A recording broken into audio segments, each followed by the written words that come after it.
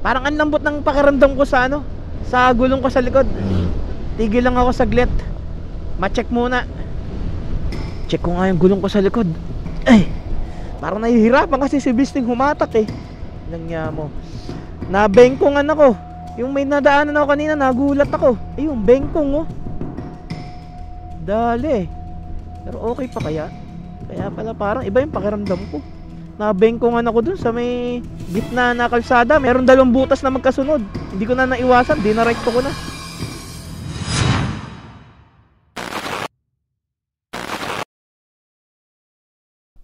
Oh, dyan muna ha. Gusto ko sana sama to si Kopi, kaso ang dami kong dala eh. Jervis, wag na nakikipag-away ha. Wag nang pinapatulan si Jack. Talagang matapang lang yan pero hindi kaya ang katawan. Ano kayong tatlo?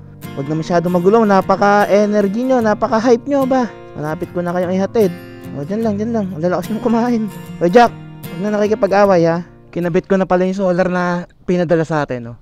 Ayos, pagkagabing umuwi na kami, maliwanag na rito sa garahe namin.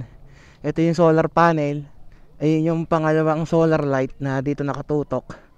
Tapos yung isang solar light na pang indoor dun sa kubo sa loob. Immortal Motobag Moto Cover. Ito ang gamit ko pagka nakaparada rito si Bisty sa labas. Okay pa rin hanggang ngayon, no? Ilang buwan ko nang gamit to. Ang tagal na nito. Bisty, ready ka na ba ulit? Ha? Let's go for a long ride. Gamit ko yung bag na binigay sa akin ni Sir Lito. Ayos naman eh. Dito ko na tinala sa mismong top box at nagdedelikado na naman yung top box natin. Mukhang putol na naman yung sa may pinagkakabitan dito sa may chassis. Pagbalik natin ng Timbotchog sa Nabotas, papagawa natin. Tsaka yung mga kailangan maintenance pa ni Bisty bago tayo dumaretso ng Cordillera Level 2. Laging makulimlim, sana wag uulan. Dahil muna tayo sa asawa ko, doon rin naman ang daan ko sa parting Liliw. Time check, 9:27 ng umaga. At ngayong ride natin, ito ang aking solo birthday ride. Advance, kasi hindi ko pa naman birthday eh. Advance birthday gift ko sa sarili ko to. Solo birthday ride. Kung pwede nga lang sana asawa ko, edi kasama ko siya ngayon. Kaso may trabaho. Kasi pagka birthday ko, ang ginagawa namin is it's either lalabas kami para kumain or magra-ride kami sa lugar na hindi pa niya napupuntahan para nang sa ganun, na isasama ko siya. Pero mas maganda syempre kung kasama ko rin yung mga alaga ko, di ba? Na gamit yung tuk-tuk o yung Bajaj RE na 3-wheeler. Ayos din pala yung pagkakalagay ko nitong bag na binigay sa akin ni Sir Lito. Meron akong sandala, no? Relax na relax. Ngayong solo birthday ride ko ay meron tayong 3 mission. It's either madadagdagan pa yan, pero sa ngayon ay 3 mission lang muna tayo. Yung unang mission, mamaya ko sa inyo sasabihin. Pero yung pangalawang mission is puntahan natin yung mismong bypass road ng Gumaka. Kasi nung narating ko yun, gabi, nung sumundo ako kila Boy P sa Sorsogon. So alam ko maganda dun sa lugar na yun, gusto kong makita ng umaga. And then pangatlo, gusto ko rin dalawin yung aking pinsan na si Kuya Noel. Sa mga dati pang nakasubaybay sa akin, kilala nyo na siya. At sa mga ngayon pa lang na nakasubaybay sa akin dito sa channel ko, ipapakilala ko siya sa inyo. Liliw, napakakulimlim. Walang yung ulap dun sa kabundukan, di na makita yung tuktok. Alright, dito na tayo. Sir, patawag na lang, Ma'am Angel. Sabihin mo saglit lang. Paano na lang muna bro, pabantay lang muna saglit. Ay, hindi pwedeng iwanan at mga chikitingan nandito naglalaro. Hello. Alis na ako. Bye. Cute ah. Nakita nyo na kung anong trabaho ng asawa ko. Kaya hindi pwedeng wala talaga sa trabaho at mga bata. Sir, thank you. Okay, diretso na tayo ng biyahe. Dito tayo sa Maayhay dadaan para maganda yung kapaligiran na nakikita natin. Ayokong dumaan dun sa may San Pablo, tapos pa Chaong, Candelaria, Sariaya. Pero pauwi, dun tayo dadaan kasi meron tayong dadaanan dun. Mabuhay!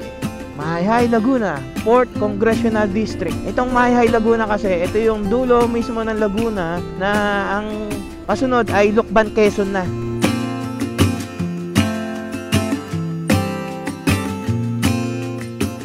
Tigil muna tayo dito at nakita akong parisan. Di pa ako nakakain. Kain muna tayo dito. Dito lang din mismo yun sa may Maayhay na na may nakalagay I love Maayhay. May tulay. Sarap pa. May Shanghai din dito.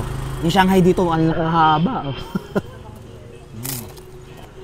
Butong. Sarap. Sarap, busog. Solve na ang ugahan at saka hanggang tanghalian na yon. Alas 10. Mag-alas 10:30 na pala. Uy, may bandera dito ng Damosak, Lucena chapter. Nakita ko may sticker mo ako eh. Ayun oh. Ito yung kanang sticker ko. Kupas na oh. Sige bro. Let's go. Sarap. Para akong nakawala sa kulungan eh. Woo! Sarap. Sarap mag-ride.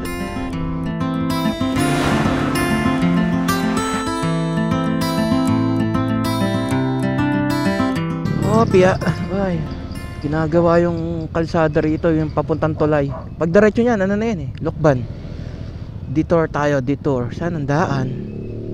Oy, busog. Thank you Lord. This way to Lokban. May kabilang daan pala dito. Kaya ito yung palengke na mismo ng Mayhay. Kung saan ako dinadala ng detour Ngayon ko lang mga nadaanan tong lugar na to. Itong mga mismong loob ng kabayanan ng Mayhay. Dito rin pala ang labas ng daan. Ang layo nga lang ng inikot pag gaganon ka. Dahil nga ginagawa yun sa may parting tulay na daan. Kala ko lalayo eh. Ito yung gusto kong daan. Ang sarap ng hangin. Woo! Tapos pala yan sa kaliwat kanan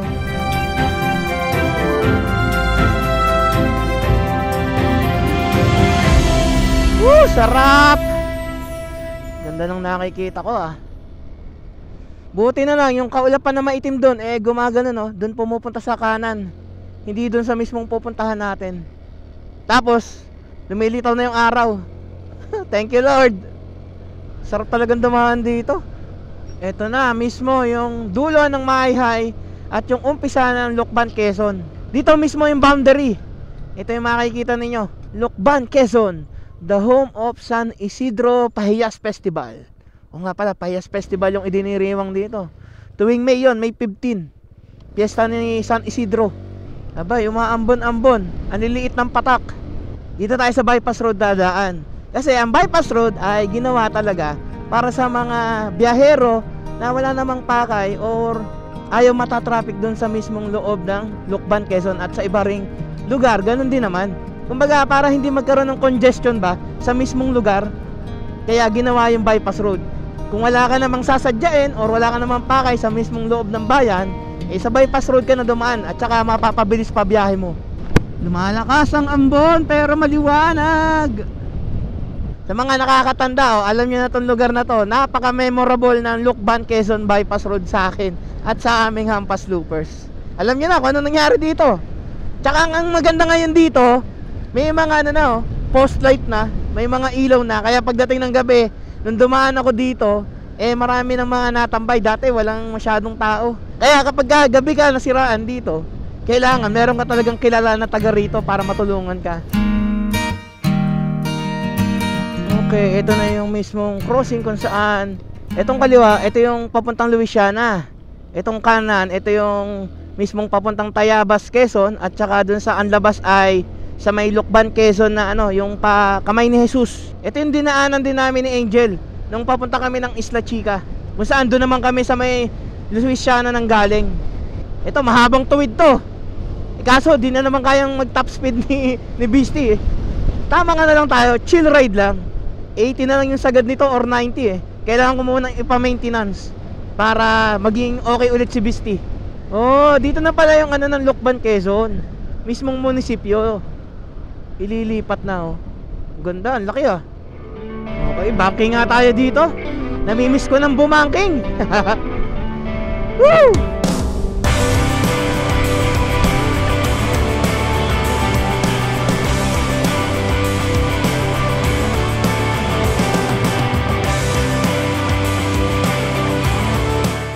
Okay, dito na tayo.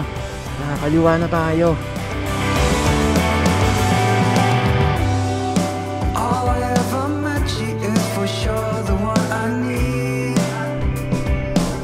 Salamat po. Malabas na tayo ng Lokban, Quezon. Ano nga ba ang kasunod pagkatapos ng Lukban? Tayabas! Nawawala sa isip ko, buti nakita ko to. Welcome to Tayabas. Gusto ko man batiin yung mga dati kong kalaro sa CSGO, sa Counter Strike. Sila Ermel, sila Jose. Ayan, yung mga taga Tayabas, Quezon. Nagko-comment kasi sa akin si Ermel kung kailan daw ako pupunta ng Tayabas. Lagi naman ako napapadaan. I-schedule natin kung kailan ako talagang pupunta na mismo ito yung dadayuhin natin. Sabi ko, igala niya ako kung saang mga pwedeng puntahan Matagal na rin kasi ako hindi nakakapaglaro ng Counter Strike di ko na rin alam kung anong balita. Pero mga friends ko yan sa Facebook. Dito tayo dumaan sa may bypass road ulit ng Tayabas papuntang Lucena. Pag dinaretso kasi natin to, mahaba-habang ano yan Tayabas proper yan Dito uy, umaaraw na. Salamat.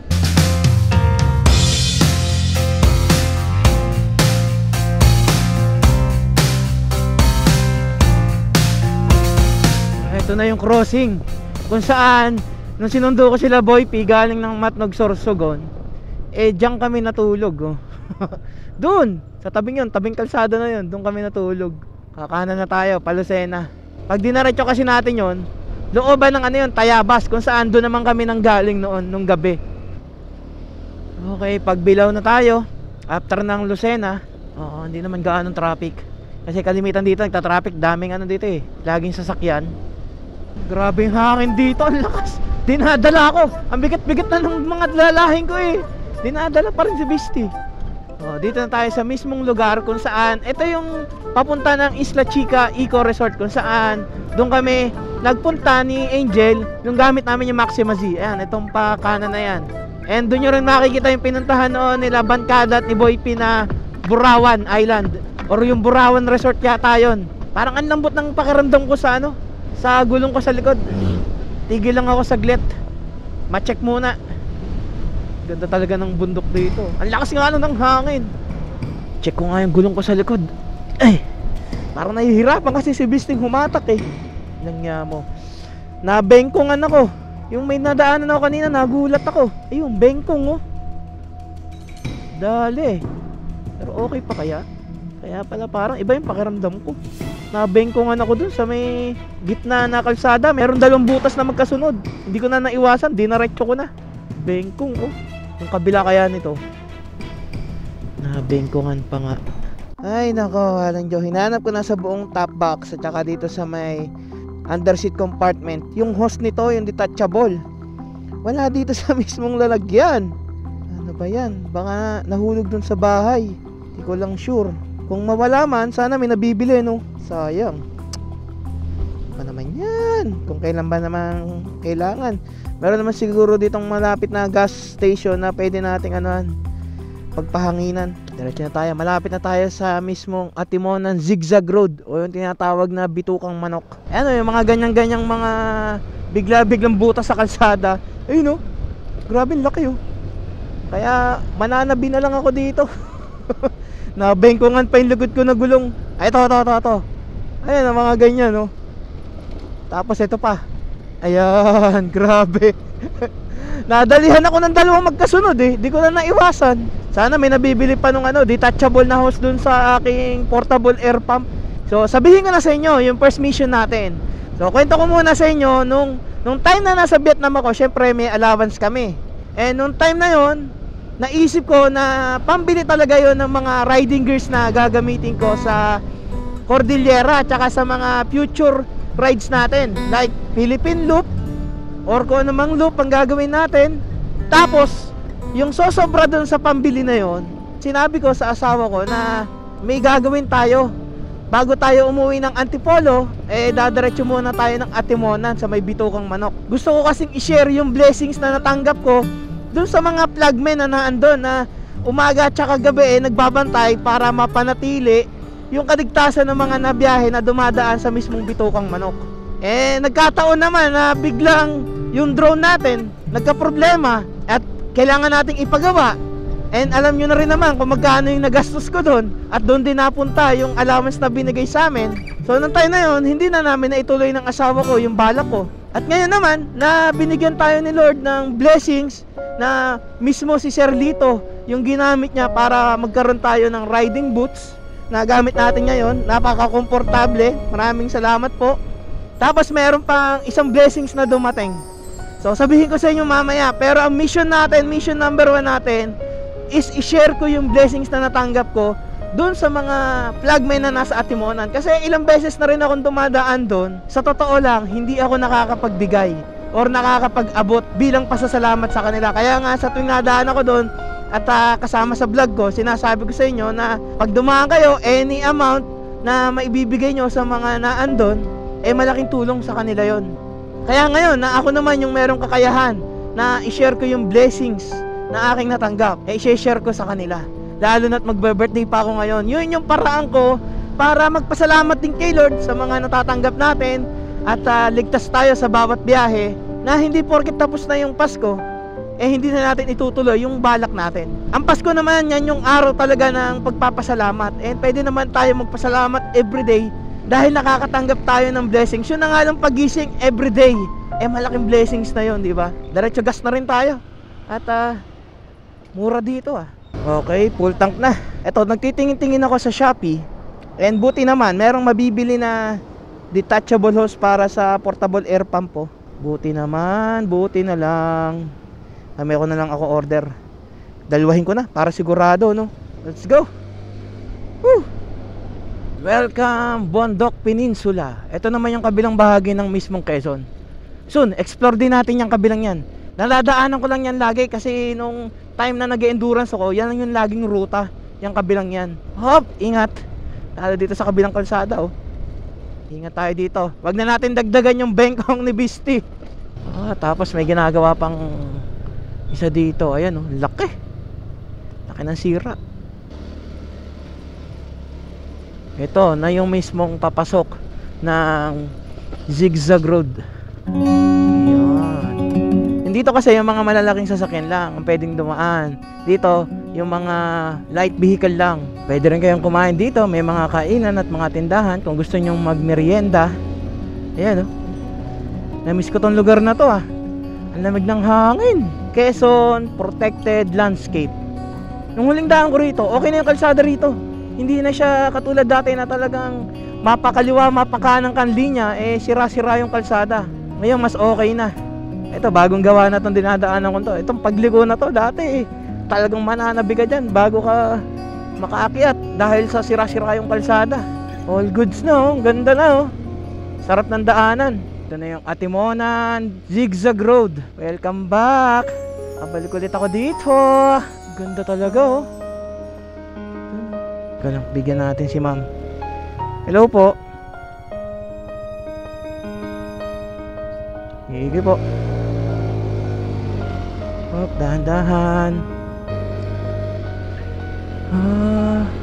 Si nanay. Sige po.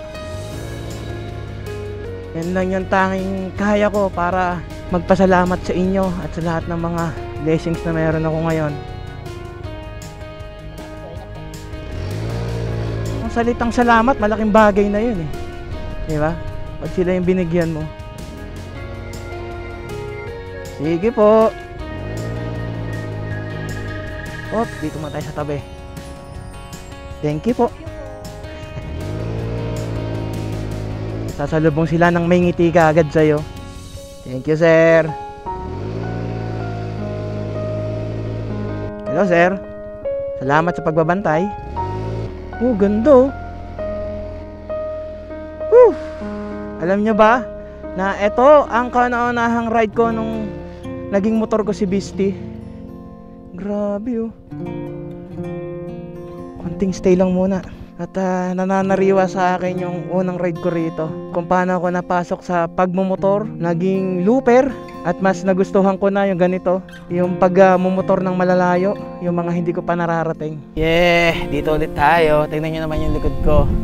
Sobrang ganda, Grabe, nakakatakot yung mga ibon. May mga ibon na lumilipad-lipad. Nakakatakot magpalipad ng drone, Ang lalaki ng ibon. Lagi nandyan yung mga ibon na yan? Kuya po lawin. Lawin? Agila.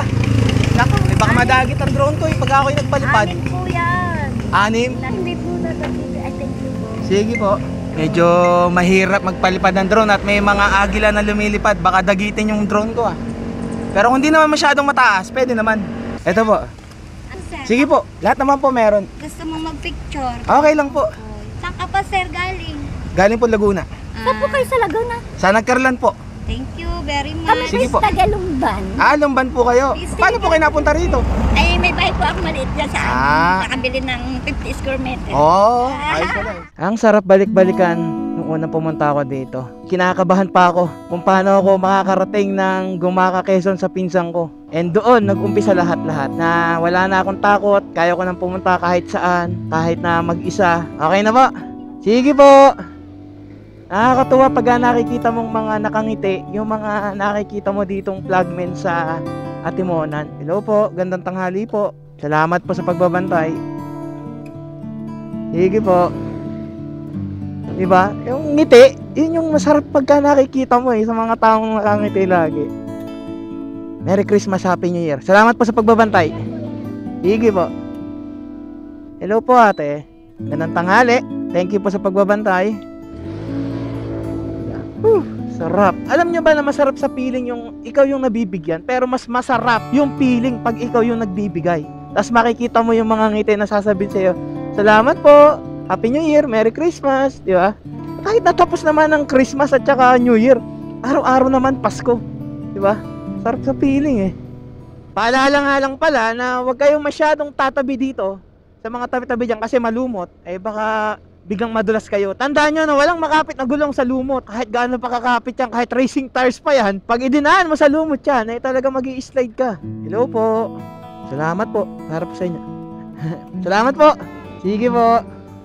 Lamig ng hangin. Ang sarap sa pakiramdam. Meron kasi tayo ding imi-meet up bukas bago tayo umuwi na kaibigan. Dito na tayo sa may kabilang parte ng Zigzag Road kung saan doon na tayo lalabas papunta ng main road. Teka lang, may mga hindi magandang daan pa. Dahan-dahan. Ang lalim nun ha. Salamat din. Ako naman yung magpapasalamat imbis na kayo.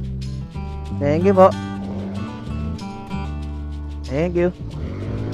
Basta ibigay mo lang. Alam na nila yon, nagpapasalamat ka. Tay! Salamat po. Tay! Salamat. Ay, sige po. Salamat po, Tay. Tay! Salamat. Salamat po. Sige po. Tay! Salamat po. Tayo naman yung magbibigay ng pasasalamat sa kanila. Ay, wah, dito na tayo sa mismong labasan. Woo, thank you po sa lahat ng mga flagmen na nagbabantay. Mission 1 complete. Second mission natin, punta naman tayo ng bypass road ng Gumaca. Tingnan natin kung gaano kaganda ba yung view doon. Di ko pa rin kasi nakikita. At nang pabalik na ang aking drone, ay biglang may nangyari na hindi ko inaasahan. At ito na ang mga sumunod na nangyari. Biglang nag-disconnect yung drone. Malapit na, nandun na sa saging, oh. Biglang sumapit dun sa saging. Wala lang yan, nag-disconnect sa remote. Ano ba yun? Pero hindi na siya nag-return home. Dito mismo sa saging na to, sumabit, oh. Saan kayo nalaglag yun? Natnan to, uy. Dito sa saging na to, bumagsak eh.